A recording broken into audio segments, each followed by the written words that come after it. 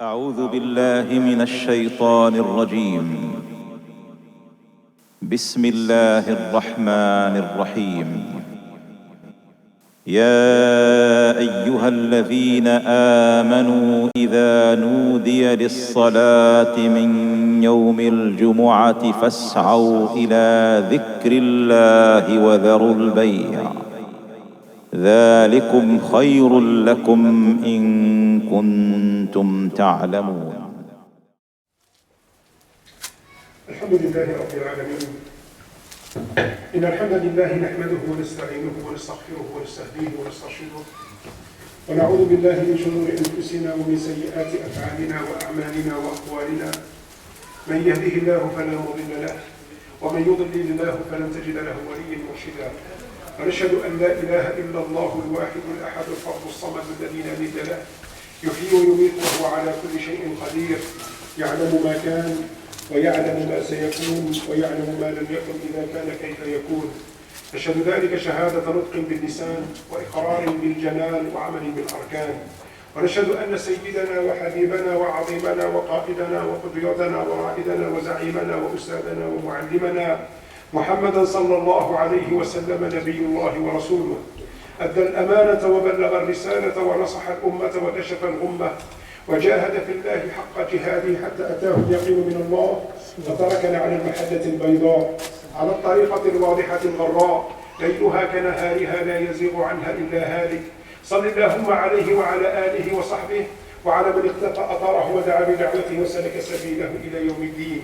اللهم آت نفوسنا تقواها زكها أنت خير من زكاها أنت وليها ومولاها. وبعد معاشر المؤمنين الكرام.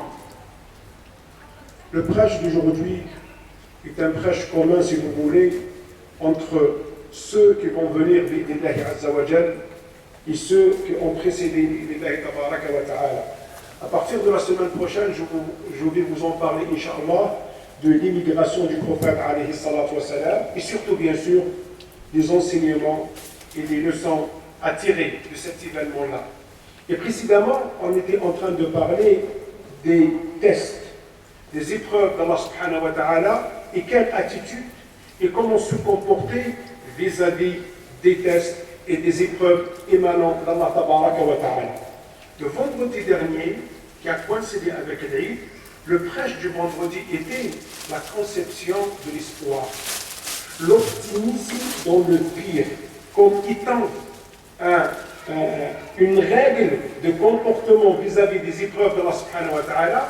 Et c'est parce que c'est un enseignement de l'immigration du prophète alayhi salatu wa salam. C'est pour cela que je suis en train de vous dire que c'est un prêche de transition vers le fait de parler de l'immigration du prophète alayhi salatu wa salam.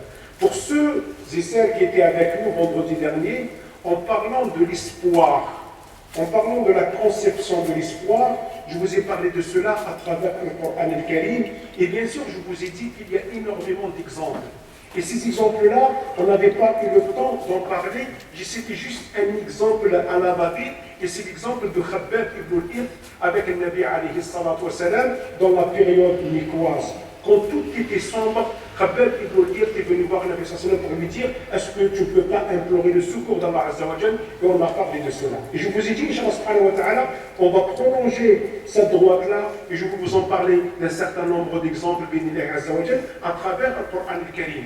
Et quand je dis des exemples à travers le Coran al-Karim, je vais citer des prophètes et des messagers d'Allah tabaraka wa ta'ala à travers la sira, la biographie de l'Abbas sallam. Donc je vais parler de certaines stations dans la vie du prophète sallam. Et bien sûr, on ne peut pas ne pas parler de 2 voire 3 stations dans l'histoire des musulmans pour confirmer tout cela et pour vous dire que l'espoir, l'optimisme, c'est quelque chose de mise dans la vie du croyant, dans la vie du cheminant. Un musulman, un croyant ne doit pas abdiquer, ne doit pas se soumettre au désespoir, au pessimisme, mais il faut toujours garder ne serait-ce qu'une lueur d'espoir et placer toujours sa confiance en Allah subhanahu wa ta'ala. Sallu ala rasulillah.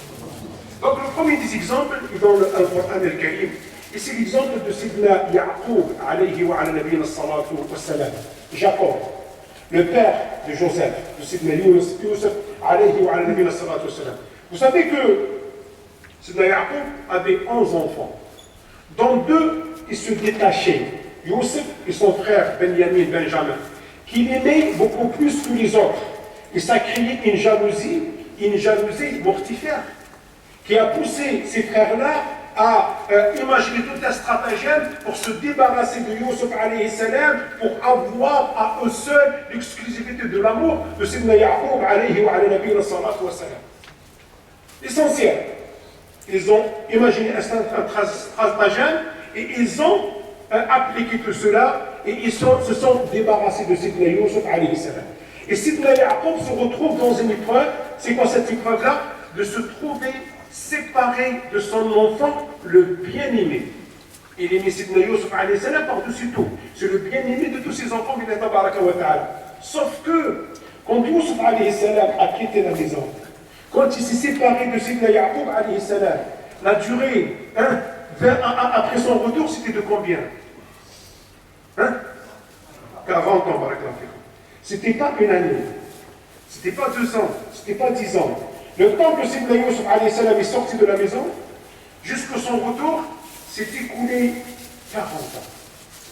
Et pendant ces 40 ans-là, Sidna Yaqub alayhi salam a eu une autre épreuve de la part d'Allah subhanahu wa ta'ala. C'est que le deuxième enfant, dont le degré d'amour était juste après celui de Sidna Youssef alayhi salam, il a perdu.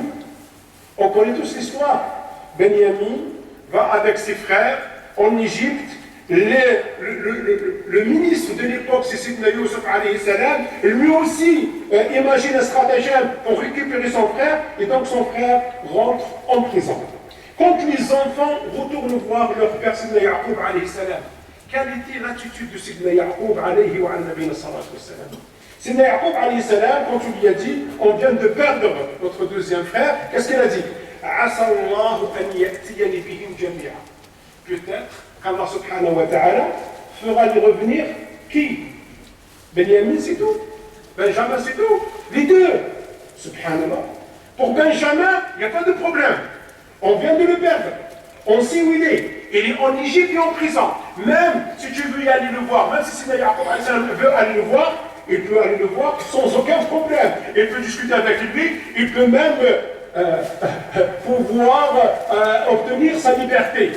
Mais Sidna Youssef alayhi salam, et ça fait des années que tu l'as perdu. Mais pourquoi tu parles? Mais pourquoi tu parles de Sidna Youssef alayhi salam?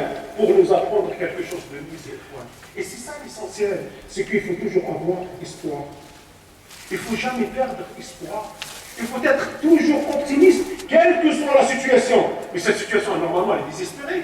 Mais ça fait des années, 20 ans, 30 ans qu'il a perdu Sidna Youssef alayhi salam. On lui a dit qu'il était mort. On lui a ramené des preuves, entre parenthèses, qu'il était mort. Et malgré cela, Sidna Yaqub alayhi salam n'a pas abdiqué. Sidna Yaqub alayhi salam n'a pas cédé au désespoir, au pessimisme. Il a toujours gardé cette lueur d'espoir, comme quoi Youssef alayhi salam reviendra un jour.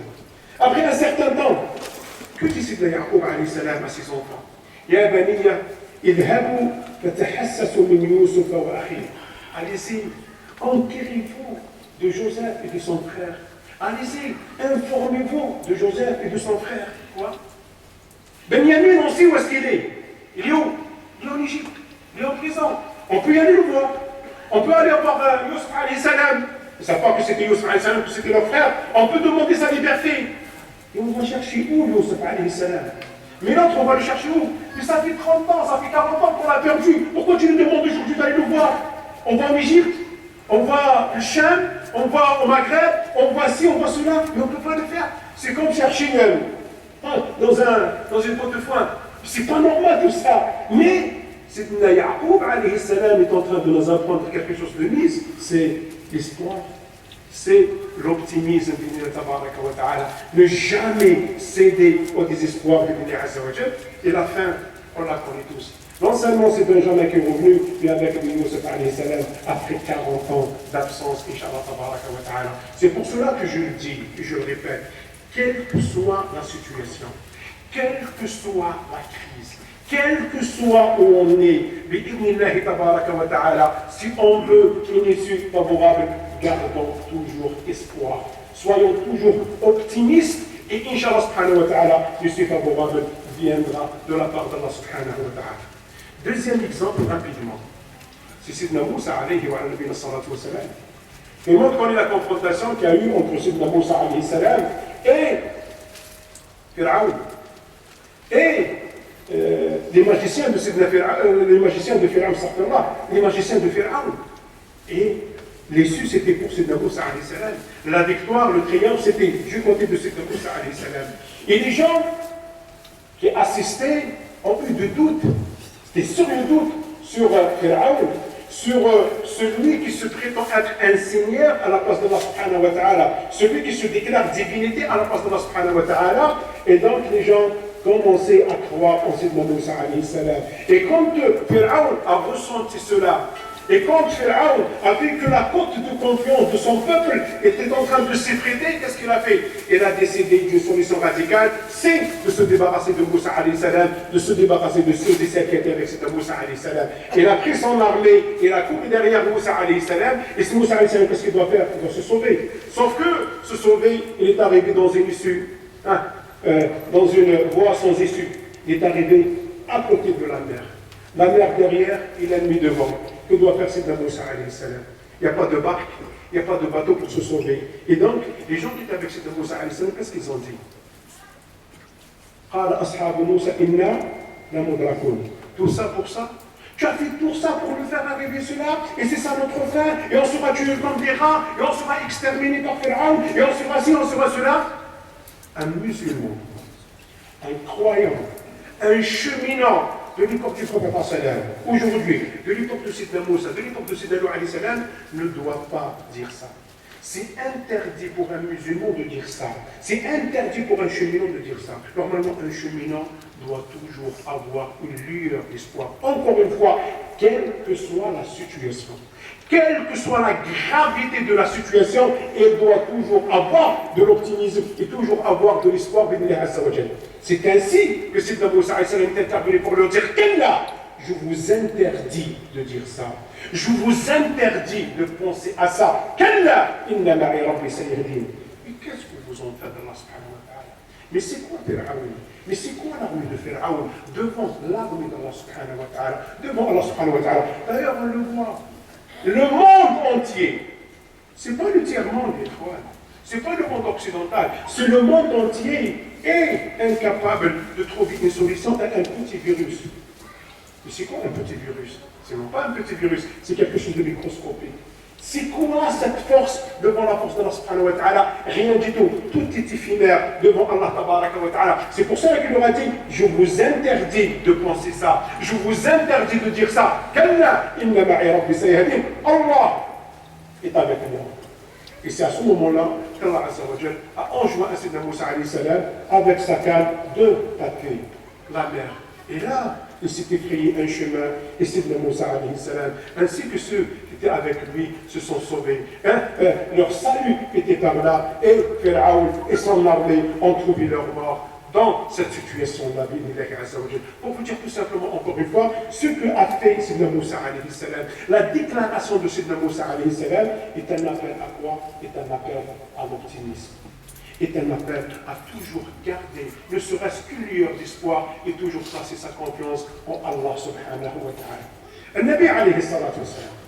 Dans la vie du prophète sallallahu alayhi wa sallam, énormément de stations qui nous interpellent, qui nous incitent, qui nous appellent à avoir toujours de l'espoir, à avoir toujours de l'optimisme, et parmi ces stations, les stations dont on raconte tout le temps, c'est la station de At-Ta'if. Je vous ai dit précédemment qu'à un moment donné, quand il y avait un blocage de la da'wa à la Mecque, quand les gens ne rentraient plus dans la religion de Allah subhanahu wa ta'ala, le Nabi sallam a décidé de changer d'endroit et de changer de personne. Le Nabi sallam voulait chercher une base arrière pour la religion, pour protéger la religion de Allah subhanahu wa ta'ala. Donc, il est allé à At-Ta'if. Il a choisi At-Ta'if parce qu'à Ta'if il y avait des gens, parce qu'à Ta'if il y avait une situation stratégique et qui puisse être une base arrière pour la religion d'Allah subhanahu wa ta'ala. Sauf que tous les espoirs de Nabi alayhi salatu wa salam à Ta'if ont été ruinés. Il a été reçu, comme je vous ai dit la dernière fois, avec un comité de racailles. La racaille de la racaille avec des pierres, avec des bâtons, étaient à la rencontre de Nabi sallallahu alayhi wa sallam. Ils ont couru derrière Nabi sallallahu alayhi wa sallam. Ils ont frappé Nabi sallallahu alayhi wa sallam. Ils ont même ensanglanté le corps noble du prophète alayhi salatu wa sallam. Et à ce moment-là, Nabi sallallahu alayhi wa sallam s'est fondu d'un dua extraordinaire, exceptionnel, que je ne peux pas m'empêcher de le répéter encore une fois. Allahumma ilayka ashku dha'fa quwwati wa qillata hilati wa hawani ala an-nas. يا أرحم الراحمين أنت رب المستضعفين وأنت ربي إلى من تكلني إلى بعيد يتهجمني أم إلى عدو ملكته أمري إن لم يكن بك علي غضب فلا أبالي ولكن رحمتك هي أوسع لي أعوذ بنور وجهك الذي أشرقت له الظلمات وصلح عليه أمر الدنيا والآخرة من أن يحل بي سخطك أو أن تنزل بي غضبك لك العتب حتى ترضى ولا حول ولا قوة إلا بك. Et vous le savez, juste après la fin de ce dua, le Nabi alayhi salam se retrouvait en présence de l'ange Gabriel. Pas seul, accompagné d'un autre ange. L'ange chargé des montagnes pour dire à Nabi alayhi salam, si tu veux les détruire, si tu veux qu'on les extermine, si tu veux qu'on leur réserve le même sort que les cités de l'autre, demande-lui. Donne-lui l'ordre et il va le faire maintenant. Et Nabi sallam de dire cette phrase, quand je vous ai dit, qu'on doit écrire avec des lettres en or, Billahi Azza wa Jal, Allahumma khfir li qawlika innahum la ya'lamoun. Ya Allah, pardonne à mon peuple, ce sont des ignorants. Et derrière, quand je vous parle de l'optimisme, quand je parle de l'espoir, que dit Nabi Azza wa Jal, la'alla Allah an yukhrija min aslabihim, ou min aslabi aslabihim, man ya'budu Allah Azza wa Jal. Et qu'est-ce que tu en sais, ya Jibril? Et qu'est-ce que vous en savez? Et que peut-être de leur progéniture, de la progéniture, il y aura des gens qui vont porter haut la religion d'Allah subhanahu wa ta'ala. Ça, c'est de l'espoir. Ça, c'est de l'optimisme de la part de Nabi alayhi salam. Dans une telle situation, dans une catastrophe comme celle-ci, Nabi alayhi salam garde toujours espoir et dire que peut-être ces gens-là, c'est cuit pour eux, c'est irréversible pour eux, c'est cause entendue pour eux, ils ne rentreront jamais dans l'islam, mais peut-être leurs enfants, les enfants de leurs enfants, ils seront dans l'islam. Et c'est vrai. Abu Jahl. Mais de l'autre côté, il y a quelqu'un qui s'appelle Ikrima ibn Abi Jahl. Le fils de Abu Jahl, c'est l'un des plus grands compagnons du prophète alayhi salatu wassalam. Suhayl ibn Amr, peut-être que ce nom ne vous dit rien du tout, mais c'est quelqu'un qui a fait des misères et des misères aux musulmans dans l'accord de Al-Hudaybiyah. Ce Suhayl ibn Amr, ses enfants tous étaient dans la religion d'Allah subhanahu wa ta'ala. Lui, non, c'était un ennemi, et un ennemi avéré de l'islam et des musulmans, mais ses enfants étaient dans l'islam, et là, c'est un discours, si vous voulez, d'espoir et d'optimisme que veut nous enseigner An-Nabi alayhi salatu wassalam. Je vous ai dit, c'est commun entre l'hijra, l'immigration, et comment se comporter avec les événements. Parce que l'autre station qui dénote de cet espoir qui anime le Nabi alayhi salam, même dans les situations les plus délicates et les plus difficiles, c'est justement l'immigration du prophète alayhi salatu wassalam. Vous savez que, même quand il est parti, sa tête a été mise à prix. 200 chamels pour celui qui ramène le Nabi alayhi salatu wassalam et son compagnon Abu Bakr, vif ou mort. 200 chamels. À l'époque, 200 chamels, ça veut dire quoi? Que tu deviens l'un des plus riches personnes de la péninsule arabe. Il y avait une personne qui s'appelait Suraqa ibn Malik. Il a vu cela, il a dit, oui, c'est l'occasion de Malik. Voilà. Et en plus, il avait des éléments, il avait des indices qui disaient que ne passait pas loin de chez lui. Donc il a dit, je ne vais pas faire beaucoup d'efforts, et je vais faire une petite embuscade pour le Nabi salam, et je vais le tuer, et peut-être je vais le capturer, et je vais avoir cette rançon de 200 chamels. Cela, Abu Malik, avant de sortir de chez lui, c'est une tradition chez les Arabes. Le musulman aujourd'hui, quand il veut faire quelque chose, il va faire salat istikhara, la prière de la consultation. Eux, ils ont une pierre sur laquelle ils crient, c'est plus le face, je fais, je ne fais pas. Il fait son tirage au sort. Si ça sort, je ne fais pas, il ne le fait pas. Si ça sort, je fais, il le fait. Mais lui, tout lui dit de ne pas le faire. Il a fait la première fois, ne fait pas. La deuxième fois, ne fait pas. La troisième, ne fait pas. Mais le ventre est bon. Il vaut les 200 chamels. Il veut la rançon. Il a dit, malgré les circonstances, je vais essayer de rattraper Nabi alayhi salam et de gagner cette rançon. Il va. Et il récupère le Nabi sallallahu alayhi wa sallam. Il arrive jusqu'à le Nabi sallallahu alayhi wa sallam. Et il prend son épée pour faire peur au Nabi sallallahu alayhi wa sallam. Et au moment où il veut utiliser son épée, qu'est-ce qui se passe? Le sable, il devient moulant. Donc il a aspiré, et le cheval, et son rapatement. Le Père sallam retourne vers son rapatement pour lui dire, mais tu ne peux rien me faire. Mais tu ne peux rien me faire. Tes efforts sont vains. Ya Suraqa, rentre dans l'islam. Ya Suraqa dit, Ashhadu an la ilaha illallah wa ashhadu anna Muhammadan Rasulullah. Et Suraqa ne veut pas. Et vers la fin, je vous parle d'espoir. Je vous parle d'optimisme. Que dit le Père sallam à Suraqa? Ya Suraqa, qu'est-ce que tu en dis un jour, alors que tu es chez toi, on t'appellera pour te dire, viens, on va te mettre les habits de Kisra, le roi des Perses. Et on te mettra la couronne de Kisra, le roi des Perses, quoi? Est-ce qu'on a aidé ya Jama'a de la situation dans laquelle était le Nabi alayhi salatu wassalam? Il y a 2 jours, voire 3 jours en arrière, Quraysh a failli capturer le Nabi alayhi salatu wassalam. Quand il était dans la grotte de Thawr, Abu Bakr disait, Wallahi, par Allah, si l'un d'eux regardait vers leurs pieds, il va nous voir alors qu'on était là-bas. Abu Bakr tremblotait dans la grotte de Thawr. Et le Nabi sallallahu de lui dire, La tahsan inna Allah ma'ana, ne t'afflige pas, Allah subhanahu wa ta'ala est avec nous. Le Nabi alayhi salatu quand il est sorti de la Mecque, il n'est pas sorti avec les honneurs, il n'est pas sorti avec de l'armée, il n'est pas sorti en sécurité.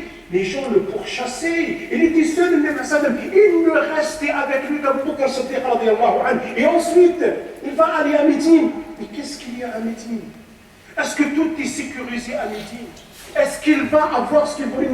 Non, rien, ya Jama'a. Tant qu'il était dans une situation, ne serait-ce, ya Jama'a, pour ne pas noircir le tableau, il était dans une situation très très délicate et très difficile. Et malgré cela, il est en train de dire à Suraqa, écoute, dans peu de temps, donc il va dire, toi, vivons ya Suraqa. Donc c'est pas dans un siècle. C'est pas dans 50 ans, c'est pas dans peu de temps, ya Suraqa, cette religion-là triomphera. Non seulement elle triomphera dans la péninsule arabe, mais même la terre perse, elle sera soumise à la religion de Allah subhanahu wa ta'ala. Et toi, tu auras sur ta tête la couronne de Kisra. Si c'est ça, n'est pas un message d'espoir. Si c'est ça, n'incite pas à l'optimisme, c'est quoi qui doit nous pousser à l'optimisme, chers amis?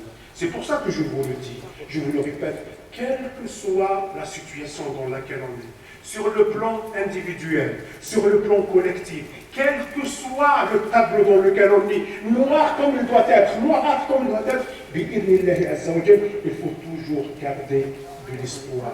Il faut toujours garder de l'optimisme et l'issue favorable, c'est juste derrière بإذن عز وجل. أقول هذا الذي تسمعون وأستغفر الله لي ولكم فاستغفروا الله غفورا رحيما ولا حول ولا قوة إلا بالله العلي العظيم.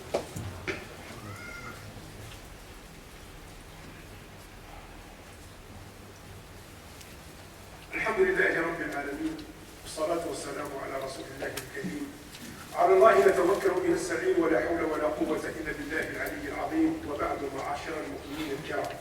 Toujours avec des exemples qui incitent à l'espoir, qui nous incitent à se transcender dans les moments les plus difficiles, à être optimiste même dans les pires des cas et dans les pires des situations des diverses. C'est vrai, je suis en train de vous parler du prophète, je suis en train de vous parler de Nabi alayhi salatu salam. Je connais notre esprit un peu tordu. Ouais, je parle des prophètes, ouais, je parle de Nabi sallam. Non, maintenant, je vais vous en parler de 2 stations dans l'histoire des musulmans. Qui n'a rien à voir avec Nabi sallam. Des gens, des hommes et des femmes comme nous, qui ont été dans des situations délicates et très difficiles et qui ont pu s'en sortir grâce à quoi? Grâce à cet espoir, à cet optimisme qui doit animer le croyant et le cheminement d'Illah. La première station que je vous ai choisie, ce sont les croisades, chers amis. C'est la conquête par As-Salibiyin de Jérusalem. Vous savez que les chrétiens, quand ils ont conquéri Jérusalem, ils étaient au nombre de 20 000, pas plus. Sauf que les musulmans, et sur tous les plans, étaient dans une situation délicate. Noir. Tous les mots MAUX étaient chez les musulmans. Et surtout, le plus dangereux, le plus grave, c'est cette espèce de défaite intérieure qui m'interdit de réagir, qui me pousse toujours à abdiquer et perdre tout espoir et perdre tout optimisme dans de telles situations. Ils étaient damnés. Ils sont rentrés à Jérusalem, ils ont tué 70 000 musulmans. 70 000 musulmans. Aucun musulman n'a pu s'échapper. Aucun musulman n'a pu s'enfuir, subhanallah. Et tu te dis, mais c'est quoi ces musulmans-là? Mais comment ils n'ont pas pu le faire? Même les femmes n'ont pas été épargnées. Même les vieux n'ont pas été épargnés. Même les petits, même les nourrissons, on les jetait dans l'eau. Et ils avaient de la joie quand tu vois les têtes des nourrissons exploser au contact de la terre, subhanallah, et au contact du sol. Ils avaient cela. Il y avait quelqu'un qui disait que le sang des musulmans qui a coulé aujourd'hui atteignait les genoux d'un cavalier sur son cheval. C'est quoi, c'est un mètre? Un mètre de sang? Au plus. Subhanallah. Ça, c'est le sang des musulmans. Une situation comme celle-là, elle incite à quoi?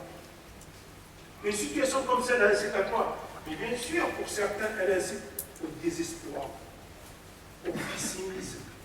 Une situation comme celle-là, les gens disent, hein, mais jamais on va s'en sortir. Mais jamais on va se relever. Absolument pas. C'est dans ces situations-là qu'on doit se transcender, chers amis. C'est dans ces situations-là qu'on doit apprendre notre sort entre les mains d'Allah Tabaraka wa Ta'ala. C'est dans ces moments-là qu'on doit s'armer d'espoir et d'optimisme d'Allah Tabaraka wa Ta'ala. C'est à ce moment-là qu'Allah Azza wa Jalla a révélé à la Ummah, aux musulmans, des hommes extraordinaires. Des hommes d'une trempe exceptionnelle d'Allah Azza wa Jalla. Si je vous dis Aq Samqa,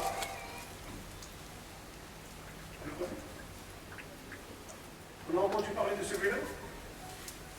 Aq Samqa. Imad al-Din Zinki.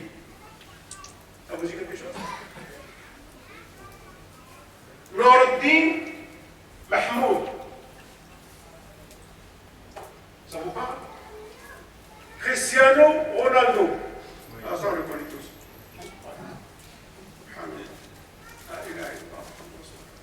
Et vers la fin, cerise sur le gâteau, ce sont les gens qui ont fait le travail en amont. Salah ad-Din al-Ayyubi, bien sûr, on le connaît tous. Et après 91 ans exactement, les musulmans ont reconquis Jérusalem. Pourquoi? Parce qu'il y avait de l'espoir, il y avait de l'optimisme. Quelle que soit la situation, on ne doit pas céder au désespoir. Quelle que soit la situation, on ne doit jamais céder au pessimisme. La deuxième station, il y a Ikhwan. Alors là, quelqu'un qui s'appelle Ibn al-Athir, l'un des plus grands historiens des musulmans, il me dit, tous les historiens musulmans sont d'accord, sont unanimes sur le fait que la période la plus noirâtre de l'histoire des musulmans, c'est le moment où on a été envahi par les Mongols, par les Tatars. Depuis l'avènement de l'islam, et peut-être jusqu'au jour du jugement, les musulmans ne pourront pas vivre une telle situation. Donc on n'est pas à la période de l'État social. Tu vas dire, oui, il y a le prophète, il y a des compagnons. Non, non, non. C'est une période comme celle, encore pire que celle dans laquelle on est aujourd'hui, on traverse aujourd'hui. Donc c'est la situation de l'invasion des Tartares, des Mongols, du monde musulman. Je ne peux pas vous en parler pendant 5 minutes, 10 minutes. Il faut des conférences et des conférences pour parler de cette période-là de l'histoire. Mais je vous dis tout simplement que ces fameux Tartares, ces fameux Mongols, quand ils sont arrivés à Bagdad, la capitale de l'islam, ils ont tué 1 million de musulmans. Et s'ils arrivent à tuer 1 million de musulmans, ça veut dire encore une fois que tous les mots, Amaïx, et surtout cette espèce de défaite intérieure étaient chez les musulmans. Ibn al-Athir disait qu'un Tartare, un Mongol, qu'est-ce qu'il fait? Il rentre dans une mosquée, il rentre dans un marché, il rentre dans une ville, et il dit à tous les musulmans, préparez-vous, mettez-vous en rang, je vais ramener mon couteau et je vais vous égorger tous.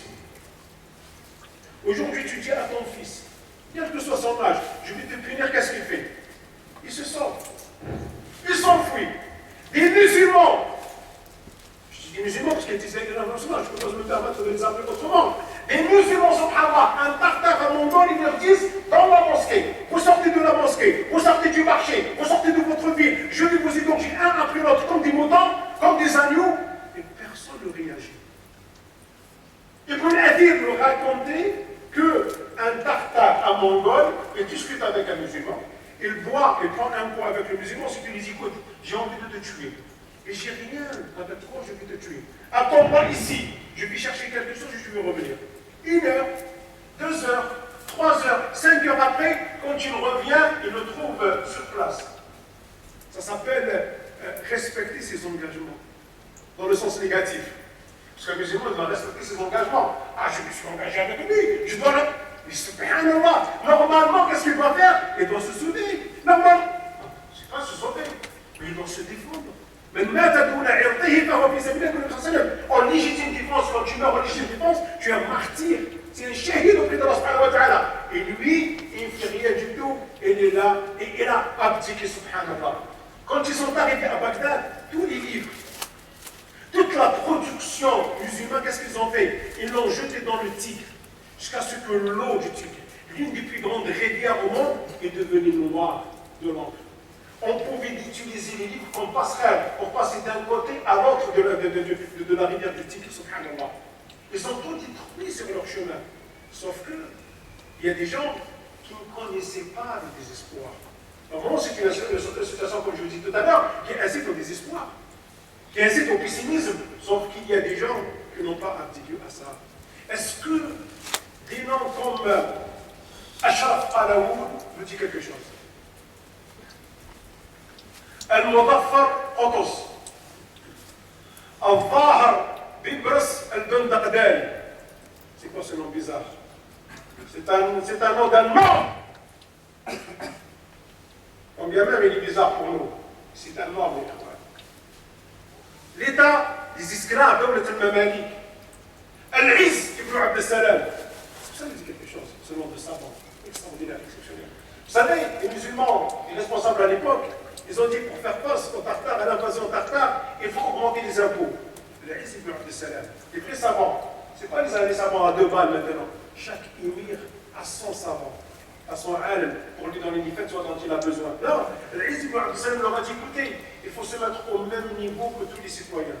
Tu as un château, tu dois le vendre. Tu as 2 maisons, tu dois les vendre. Et cet argent-là, tu dois aller pour préparer l'armée musulmane, les Ikhwan. Ça, c'est des vrais savants. Et ce sont ces gens-là, Aïn Jalut. Ça veut dire quelque chose, Aïn Jalut? C'est en Palestine. Pendant le mois du Ramadan, que les gens, que les musulmans, que El-Mamalik, que Abbas ibn al-Baghdadi, que le Mudaffar Qutuz, que Ashraf Alaoud ont battu les Tartares.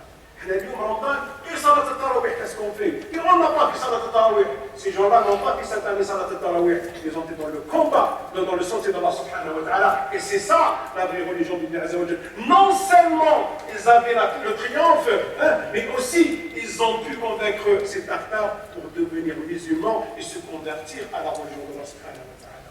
C'est pour cela que je vous le dis et je vous le répète, quelle que soit la situation, quel que soit l'état dans lequel on peut y être, il faut avoir toujours, ne serait-ce qu'une lueur, une petite dose d'espoir, et on s'en sortira. Et l'histoire est là pour le confirmer. Coronavirus, pas coronavirus. Situation économique difficile, pas situation économique difficile. Maladie, pas maladie. Normalement, toujours espoir, espoir, espoir. Optimisme, optimisme, optimisme. C'est à ce moment-là qu'on doit s'armer de cela.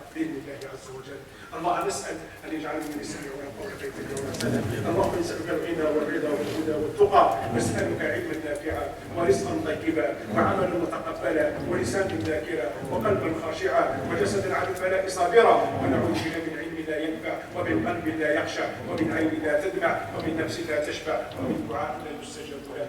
اللهم اشف مرضانا ومرضى المسلمين.